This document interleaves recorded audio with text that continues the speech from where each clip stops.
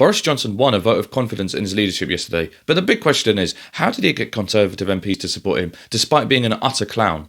Let's look at the pre-planned script they all used, and let's demolish his points, shall we?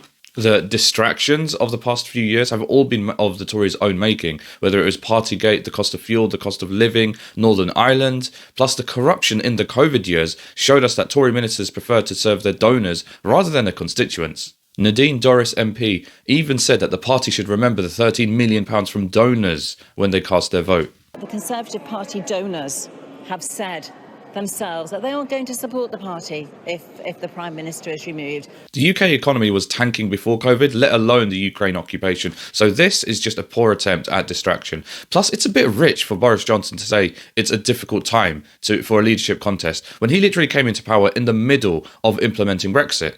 At this point, when a Tory MP says that they need to stay in power to make things better, the only response is, look, you guys have been in power for a decade now. Why are you just so incompetent?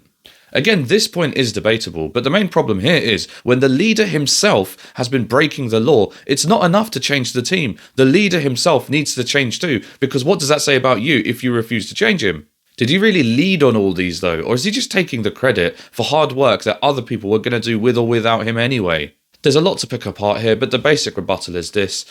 It's not as if Bojo was the only PM who could have made these things happen. In fact, it's really easy to argue that he's been an obstacle in making these achievements any better. This point is kind of funny to me because it's basically an admission that there's no clear individual or even an idea that makes the Conservative Party worthwhile. Bojo has just been a worn-out plaster holding a rotten wound together.